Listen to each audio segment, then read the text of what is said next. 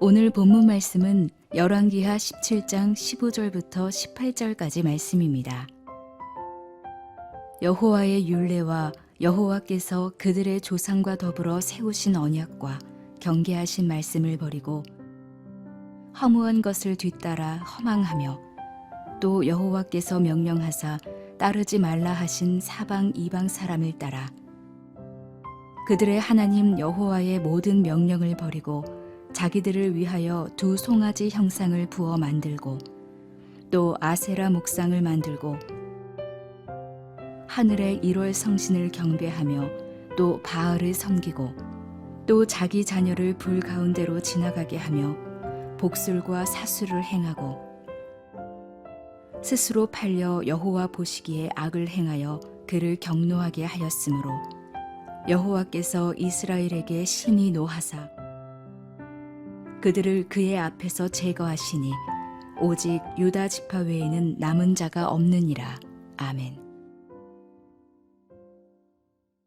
예, 오늘 이제 17장의 말씀을 공부하면서 제일 중요한 포인트는 버려야 될 게 뭘까? 되게 제가 한동안 그런 시리즈로 설교를 한 적이 있었는데 우리가 살아가면서 버려야 할 것들. 어느 날 보니까 저희 그 주방에 아내가 설거지를 안 해서 이렇게 수북히 쌓여 있는 게 보였어요. 근데 사실은 새로운 음식을 먹으려면 저 쌓여 있는 주방의 그릇들이 씻겨져야 버릴 것 버려야만. 우린 되게 가지려고만 하는데 사실 가지려면 먼저 버려야만 내 손에 있는 걸 버려야만 새로운 거를 가질 수 있는데 버리는 게 안 돼요. 근데 오늘 17장의 얘기는 그런 주제를 가지고 다루면 참 좋겠다. 배를 만약에 우리가 보내려고 하면은 육지에서 발을 떼야만 배가 떠나는 거거든요. 그렇죠. 그러니까 육지에 계속 발을 대고 있으면 배는 떠날 수 없는 건데 새로운 일을 시작할 때 제일 중요한 것은 무엇을 버리고 무엇을 선택할 것이냐. 그게 새로운 일을 하는 거거든요.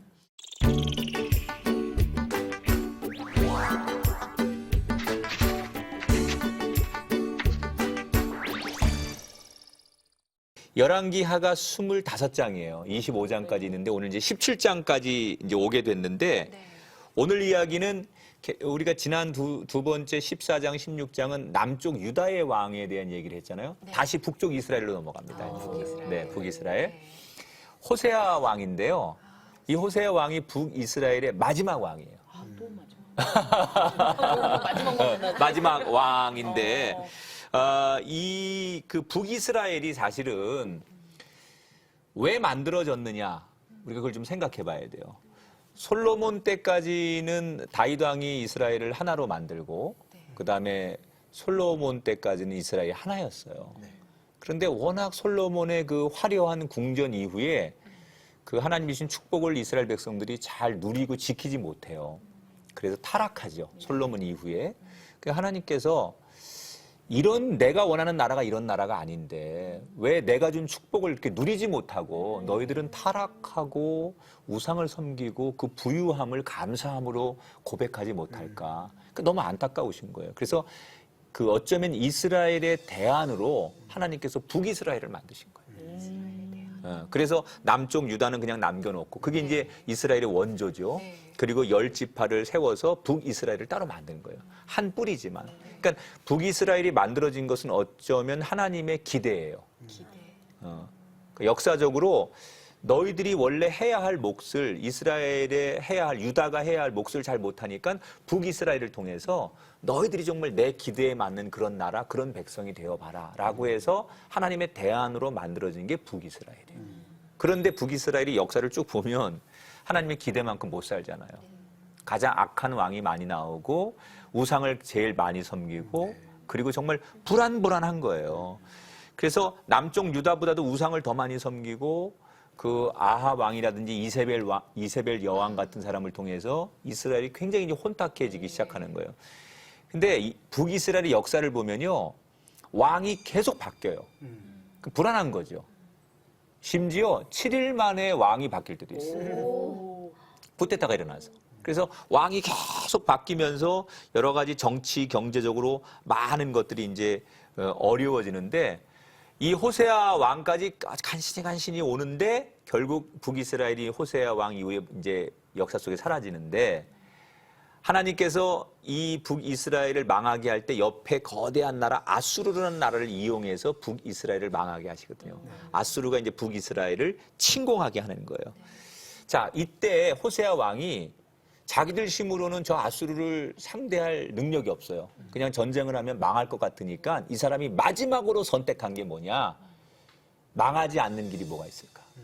우리가 저 아수르란 나라에게 망하지 않고 버틸 수 있는 게 뭐가 있을까? 그렇게 고민을 하다가 이 사람이 선택한 아이디어가 뭐냐? 아수르 왕한테 가서 미리 항복을 하자.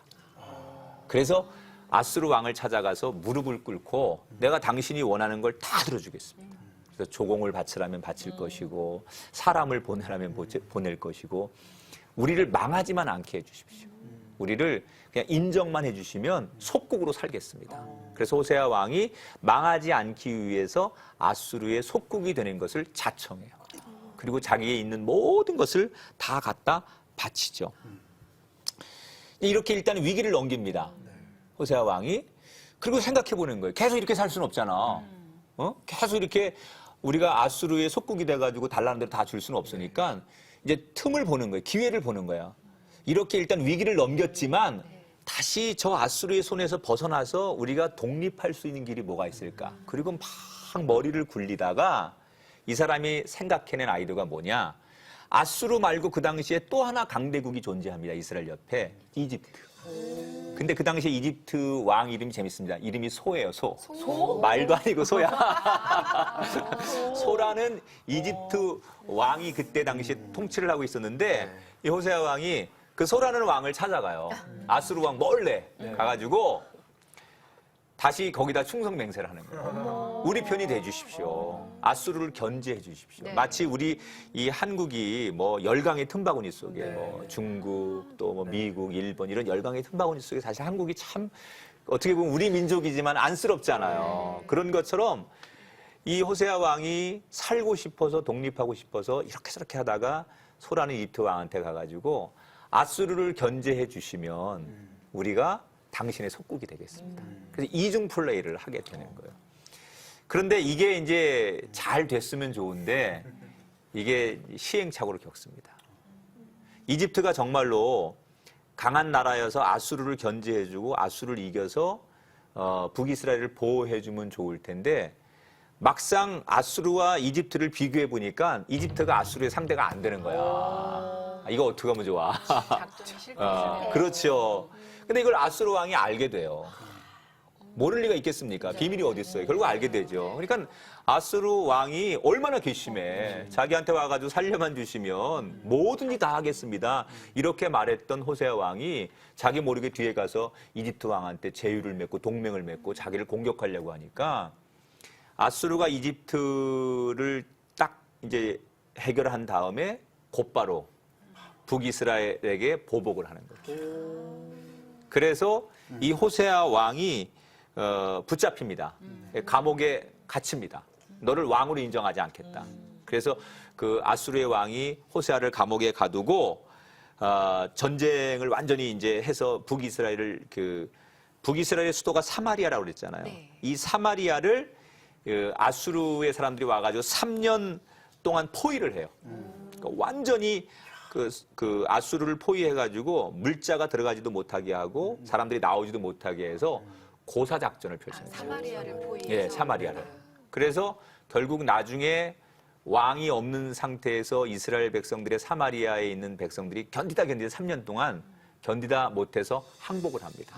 그리고 항복을 하자마자 이 아수르의 왕이 사마리아에서 28,000명의 포로를 아수르로 끌고 가요. 아주 비극적인 역사죠. 그래서 북이스라엘은 아수르에 의해서 완전히 이제 망하게 되는 겁니다. 자, 이 이야기 속에서 우리가 하나 좀 기억해야 될 것은 한 나라가 망하고 한 역사가 망할 때 그게 꼭 정치적으로 잘못하고 군사력이 없어서만은 아니다. 왜 이스라엘이 망했느냐? 우리가 쭉 지금 열왕기 상의 1장부터 북이스라엘 역사를 쭉 공부해 오면서 느끼는 것 중에 하나는 한 나라가 흥하고 망할 때 반드시 우리 눈에 보이는 정치적, 경제적 이런 것만이 아니라 반드시 거기는 영적인 문제입니다. 그러니까 이스라엘 역사가 망할 수밖에 없었던 것은 영적인 이유가 있다는 거죠. 자, 그 이야기를 오늘 성경이 7절, 8절에 하는데 우리 혜근 씨가 읽어볼게요. 이 일은 이스라엘 자손이 자기를 애굽 땅에서 인도하여 내사 애굽의 왕 바로의 손에서 벗어나게 하신 그 하나님 여호와께 죄를 범하고 또 다른 신들을 경외하며. 그러니까 원래 이스라엘 백성들이 해야 할 일은 하나님을 높이고 하나님 앞에 예배하는 게 이스라엘 백성들의 목적이잖아요. 그런데 자기들이 해야 할 일을 안 하고 다른 일을 하는 거예요. 그러니까 우리가 이렇게 우리 자신을 돌아볼 때 우리가 어려움에 처하면 자기를 진단해 볼 필요가 있는데 내가 마땅히 해야 할 일을 지금 하고 있는가? 내가 하면 안 되는 일을 하고 있는 건 아닌가? 이런 것들을 자기 자신에게 비춰볼 필요가 있어요. 결국 이 세상이 악한 이유는요. 왜 세상이 이렇게 악할까? 그 이유는 간단해요. 마땅히 해야 할 일을 안 하는 거예요. 부부가, 가정이, 교회가, 하나님의 사람이 마땅히 해야 할 일을 안 하면 세상이 악한 거예요. 보세요. 교수가, 공무원이, 또는 젊은이가, 주부가 마땅히 자기 자리에서 자기 일을 안 하면 세상이 혼란스러운 거예요. 그게 악이죠. 그러니까 에덴 동산이 악이 들어온 것도요. 하나님이 마땅히 그건 하지 마. 그런데 그 마땅히 해야 할 일을 안 하는 거예요. 그러니까 이스라엘 백성들이 지금 영적으로 타락해서 결국 역사 속에 망가지는 이유는 하면 안 되는 것을 하고 또 하지 말아야 될 것을 하는 그 일을 통해서 결국 악이 들어오게 된다는 거예요. 보면은요, 안 되는 곳엔 이유가 있습니다. 안 되는 곳에. 세상적으로는 돈이 없어 안 되고 인맥이 없어 안 되고 뭐 때가 안 돼서 안 되고 이렇게 우리가 얘기하지만 가장 근본적인 것은 영적으로 문제가 있으면 안 돼요. 그러니까 이스라엘 백성들이 지금 망하는 이유가 뭐 지도자의 잘못이기도 하고 또 뭐 군사력이 약해서도 그렇고 주변의 강대국 속에 속해 있어서 그렇지만 우리가 뻔히 알고 있죠. 영적으로 문제가 있었기 때문에 안 된 것이다. 하나님하고 나하고의 관계를 방해하는 요소들이 참 많아요. 여러분 살면서 최근에 내가 참 이것 때문에 하나님과 요즘 멀어지고 있네. 요것 때문에 하나님과 내 사이가 좀 서먹해지고 있네. 그런 게 있다면 뭐가 있을까요? 저는 오히려 저의 삶에 좀 안정감이 하나님과 멀어지는 것 같아요. 내가 너무 편하고. 네, 지금 정말 모든 게 잘 진행되고 또 가정이 평안하고 저도 뭐 그렇게 큰 욕심 없고 그런데 너무 좋은데 하나님과 조금은 예전보다는 좀 멀어져 있는 저를 발견해서 좀 흠칫 놀랄 때가 있어요. 그럴 수 있죠. 절박하고 사람이 막 그 간절할 때는 하나님만 보이는데 내 삶에 여유가 좀 생기고 너무 좋아, 너무 행복해 이러면 왠지 좀 하나님과의 적당한 거리를 두고 더 가까이 가지 않는 간절함이 없는 뭐 그런 충분히 그럴 수 있죠. 그것도 그러니까 달콤함이 유혹이잖아요. 그러니까 고난만 유혹이 아니라 달콤함.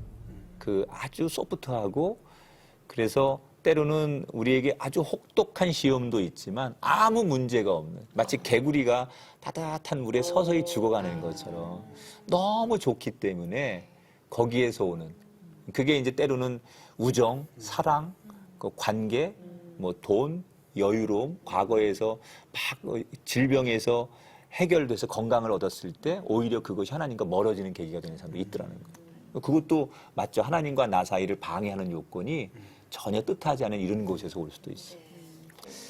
그러니까 우리가 이제 자기를 돌아보면요. 우리가 돈도 중요하고 뭐 사람 관계도 중요하고 다 중요한데 우리는 알아요. 영적인 게 더 중요하다는 거. 그러니까 이스라엘 백성들에게 한때는 돈이 많았었어요. 나라도 영토도 넓었었어요. 그리고 정말 부와 명예를 하나님 주셨어요. 근데 그것 있다고 이스라엘이 잘 되는 게 아니더라는 거예요. 그러니까 영적으로 무너지니까 나머지 것도 다 무너지더라는 거예요. 그러니까 우리 시대를 우리가 건강하게 세우는 게 결국 영적인 문제인데 그게 멀리까지는 다 할 수 없잖아요. 온 백성들을 다 우리가 깨울 수는 없잖아요. 그러니까 나부터, 우리 가정부터, 내 자녀와 배우자부터 우리라도 영적인 게 먼저다. 이렇게 세워가다 보면 그게 하나가 둘이 되고 둘이 넷이 돼야 되는데 우리는 너무 거창하게 세상이 다 그런데 뭐 나는 어떻게 해. 뭐 이러다 보니까 나도 잃어버리고 그 급류에 우리 삶을 떠내려가게 만들기 때문에 우리한테 정말 중요한 것은 영적인 게 무너지면 그다음에 문화적인 거, 정치적인 거, 그다음에 경제적인 거 이런 게 다 무너지더라. 그래서 무엇이 정말 우선순위인가 이런 것들을 이 호세아 왕의 북이스라엘의 멸망을 통해서 우리가 깨달았으면 좋겠다 이런 생각이 들고요. 하나님이 사실 이스라엘 역사에 기회를 얼마나 많이 주셨어요. 그 대표적인 게 선지자들을 보내셔서 북이스라엘의 대표적 선지자가 이제 엘리야, 엘리사 같은 사람 아니에요. 얼마나 많은 선지자를 보내서 그때마다 하나님께서 너들 그렇게 살면 안 된다. 그리고 하나님의 마음을 전하잖아요. 근데 우리 시대에도 하나님께서 이런 그 안타까운 마음으로 보내시는 선지자들이 많아요. 그게 저는 교회 목사님이고 또 이렇게 우리가 나누는 멘토들. 이게 서로의 우리 멘토잖아요. 내가 이런 것 때문에 이번 주간 많이 깨달았어. 이 말씀 앞에 내가 많이 울었어. 뭐 이런 것들이 사실은 옛날에는 하나님이 그렇게 선지자를 보내셨지만 지금은 또 다른 방법으로 우리에게 선지자를 보내시는 거예요. 그때마다 이스라엘 백성들이 그 엘리야, 엘리사 선지자 얘기를 듣고 돌이키고 정말 깨닫고 그러면 좋은데 하나님이 보내신 선지자 앞에서도 그들은 계속 무례하는 거예요. 얼마나 무례했는지 병임씨 14절을 한번 읽어볼게요. 그들이 듣지 아니하고 그들의 목을 곧게 하기를 그들의 하나님 여호와를 믿지 아니하던 그들 조상들의 목같이 하여. 그 목이 곧았다는 얘기는 곧은 사람이라는 것은 이게 빳빳했다는 얘기죠. 굉장히 교만하고요, 자만하고요. 마치 요즘 우리 모습 같잖아요. 야, 무슨 답답하게 교회 가서 기도한다고 되냐 그게? 어? 야, 지금 네가 그럴 때냐? 어? 넌 뭐, 이런 사람들. 그게 사실은 굉장히 지성적인 것 같고 자기 주장이 있는 것 같고 합리적인 얘기 같지만 하나님 보실 때 오늘 성경에 딱 나오잖아요. 그 말을 듣지 않고 목이 곧은 사람. 교만하고 자만하고 내 이야기, 내 생각, 내 경험 말고는 다른 것을 믿으려고 하지 않는 세상. 그러니까 불신의 세상. 그러다 보니까는 결국은 그런 교만한 마음, 자만한 마음 속에는 하나님의 말씀이 담아지지가 않는 거예요. 그릇이라고 하는 게요. 사실 이게 비어져야만 다음 음식을 담고 뭘 담을 수 있는데 우리 마음이 이미 교만으로 가득 차 있어요. 이 자만으로 욕심으로 가득 차 있으면 하나님의 깨끗한 말씀, 하나님의 은혜로운 어떤 말씀 이런 게 담아질 수가 없는 거예요. 그러니까 내가 그 말씀을 담고 싶어도 이미 내 그릇이 내 심령이 회개하고 그 깨끗하게 비워지지 않으면 의지가 있어도 담아지지 않는 거예요. 그러니까 그런 노력도 사실 필요한 거예요. 다음 것을 담기 위해서 내 마음이 먼저 회개해야 되고 또 거룩해져야 되고 담을 수 있는 것을 준비될 때 담아지는 거거든요. 그러니까 교만하고 자만하면 절대로 하나님 말씀을 들을 수가 없어요. 존 웨슬레 목사님 이런 얘기합니다. 천국의 문은 가장 큰 죄인이라도 들어갈 수 있도록 넓지만 교만은 절대로 통과할 수 없도록 매우 낮다. 천국의 문이 누구에게나 다 열려 있어요. 뭐 심지어 예수님의 한편에 그 살인을 저지른 강도에게도 천국의 문은 열려 있어요. 그런데 딱 한 사람만큼은 그 문을 들어갈 수가 없대요. 교만한 사람. 그러니까 우리가 저런 나쁜 놈, 난 저런 사람에 비하면 나는 그래도 정말 정말 거룩한 사람이지. 나는 착하게 사는 사람이지. 근데 그게 교만이라면 우리가 천국에 들어갈 수 없는 더 큰 죄인이라는 것을 사실 깨달을 필요가 있어요. 그러니까 우리가 이게 보이는 죄로 인한 비교보다 내 자신이 얼마나 겸손하고 그 겸손이라는 게 뭐냐면요. 하나님 말씀에 순종하는 거죠. 겸손이 다른 게 아니죠. 겸손한 척 하는 게 아니라 예라고 하는 게 아니라 정말 그 말씀이 맞습니다 라고 인정하는 게 성경이 말하는 겸손이에요. 그러니까 우리는 되게 사람들 앞에 조곤조곤 말하고 양보하고 뭐 이러면 이게 저 사람 되게 겸손하네. 근데 그건 세상 사람들의 평가고 하나님이 말하는 겸손은 그 말씀 앞에 순종하는 거. 그러니까 겸손의 의미가 우리가 약한 자, 그다음에 뭐 포기하는 자 그게 아니라 말씀을 따라가는 자, 말씀을 의지하는 자, 그게 겸손이라는 거죠. 잠언 16장 18절에 교만은 패망의 선봉이요 거만은 마음의 넘어짐의 앞잡이니라 그랬습니다. 우리가 교만이라는 게 그렇게 불쑥불쑥 목사인 나도 예외 없이 찾아오는 거예요. 그러니까 그런 경험도 다 있을 거라는 거예요. 노래 너무 잘해요. 이 노래 너무 좋은 것 같아요. 그럼 그게 하나님 주신 영감이 아니고 내가 만든 것 같아. 병임 씨는 요즘 그런 거 혹시 경험해 본 적이 있어요? 그러니까 저 같은 경우에는 이게 교만인 줄 몰랐는데 교만이라고 생각했던 게 이제 저희 아이디어 같은 걸 하잖아요. 개그 아이디어. 그렇죠. 하는데 이제 그게 제가 하는 게 아니라 이제 다른 친구가 이제 제가 했던 아이디어로 이제 딱 터트려요. 그러면 그게 같이 기뻐하는 마음이 들거든요. 근데 처음에는 그게 그냥 같이 기쁜 줄 알았어요. 근데 거기에 뭐가 있냐면 내가 짠 거야. 내가 짠 거 터지잖아. 이런 게 있는 거예요. 그러니까 저희들은 그러고 이제 또 그렇게 또 내가 짠 거야 하면서 또 이렇게 교만을 대놓고 하는 친구들이 있어요. 그러면 그런 모습이 너무 교만해 보이는 거예요. 근데 정작 가만히 들여다보면 그 모습이 제 모습인 거예요. 그러니까 내 모습을 보면서 저 사람을 비판하는데 그 모습이 제 모습인 경우. 그래서 저는 얼마 전까지도 그런 생각 되게 많이 했어요. 너 되게 교만해. 너 되게 교만하다. 이런 마음을 되게 많이 그런 생각을 하나님이 주셨던 것 같아요, 저한테. 그래서 아이디어 짜면서 저희들은 그런 교만을 많이 떨죠. 네. 그러니까 사실 이런 우리가 일상 속에서 이런 걸 생각하게 되면 우리가 늘 교만할 수 있고 내가 한순간도 이것을 놓치지 않으려고 이런 것을 생각지 않으면 넘어질 수 있구나라는 것을 생각해야 돼요. 교만이 포장이 돼서 오는 것 같아요. 그러니까 교만 같지 않고 되게 겸손한 것 같은데 자세히 들여다보면면 그게 교만이 있더라고요. 항상 보면은. 뭐리요 제가 한 게 아닌데요. 뭐 이러면서 네. 그 속에는 맞아 내가 한 거야. 이렇게 사람에게 너무 그러니까 얼마나 우리가 연약한 사람이에요. 그런 거 보면. 그러니까 이스라엘 백성들에게 가장 큰 문제가 그런 이제 영적 교만 이런 것들이 하나님 말씀하실 때 들으면 되는데 듣지 않고 자기의 목이 곧은 거죠. 그래서 이스라엘이 그 교만을 넘기지 못해 망하거든요. 그런데 그렇게 이제 이스라엘이 망하고 아무것도 기댈 것이 없을 때 하나님께서 망해가는 이스라엘에게 망하는 것으로 그치지 않고 마치 깜깜한 그 바다에 등대 하나를 켜놓는 것처럼 희망을 하나 주세요. 희망. 그 희망이 뭔가 18절을 자 반장이 한번 읽어보세요. 여호와께서 이스라엘에게 심히 노하사 그들을 그의 앞에서 제거하시니 오직 유다 지파 외에는 남은 자가 없으니라. 네, 하나님께서 이스라엘에게 분노하셔서 교만하니까 이스라엘 망하게 하시는 거예요. 그런데 망하게 하시지만 그 망하는 것 속에 한 가지의 희망의 불씨를 남겨두셨어요. 그게 누구냐? 유다 지파. 유다 지파. 따라합시다. 유다 지파. 유다 지파. 불순종한 그들을 징계하기 위해서 그 역사를 망하게 하시지만 하나님은 그래도 희망의 씨 하나를 남겨놓으시는 거예요. 그게 유다 지파. 그 유다 지파를 통해서 이 땅에 예수 그리스도가 탄생하는 거예요. 그러니까 우리가 이 땅이 아무리 불의하고 하나님을 부인하고 세상이 악해도 하나님은 이 땅에 누군가 너희들이 유다 지파 같은 한 사람이 되길 원하시는 거예요. 그게 바로 병임 씨요, 중현 씨요, 혜근 씨요, 현진 씨. 내가 이 땅에 그 희망의 불씨. 세상이 다 주님을 부인하고 교회를 부인할지라도 하나님이 남은 희망의 불씨 하나가 되기를 원하는 사람들이 있어요. 그게 오늘 이 말씀을 듣는 우리지 않을까.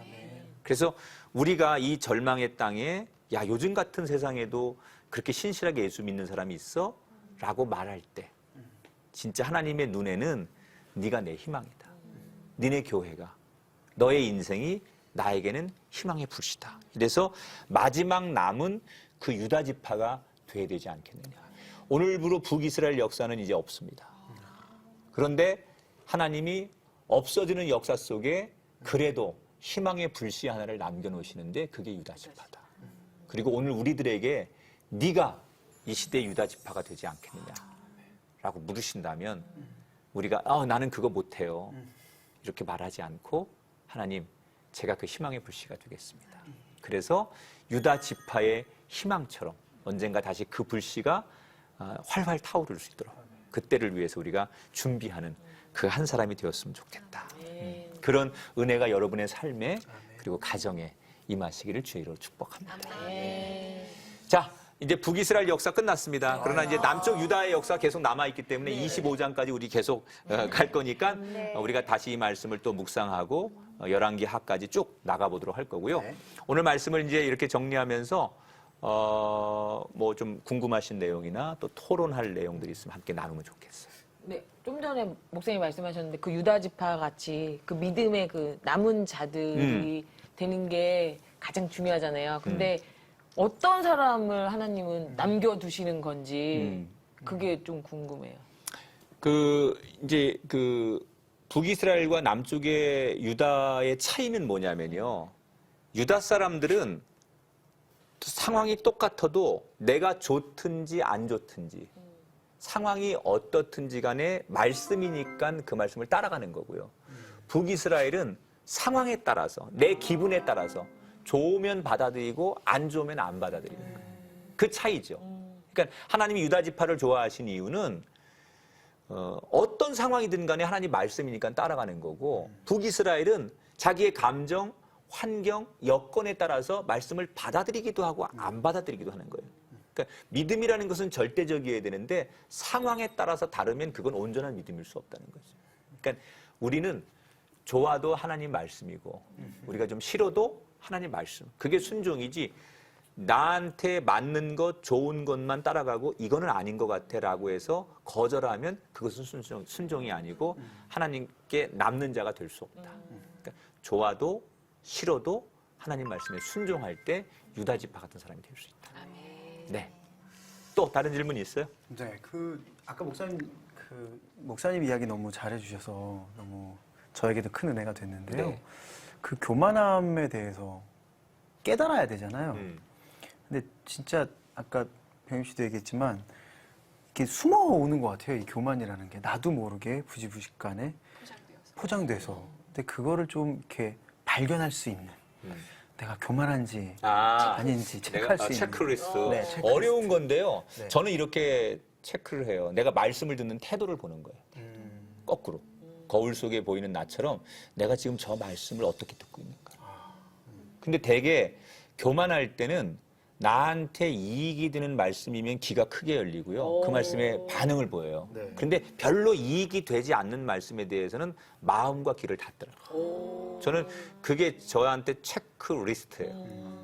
그러니까 말씀을 듣는 태도를 한번 가만히 보세요. 내가 저 말씀이 나한테 유익이 될 것 같으면 막 급 관심. 그리고 그 말씀에 내 마음을 다해요.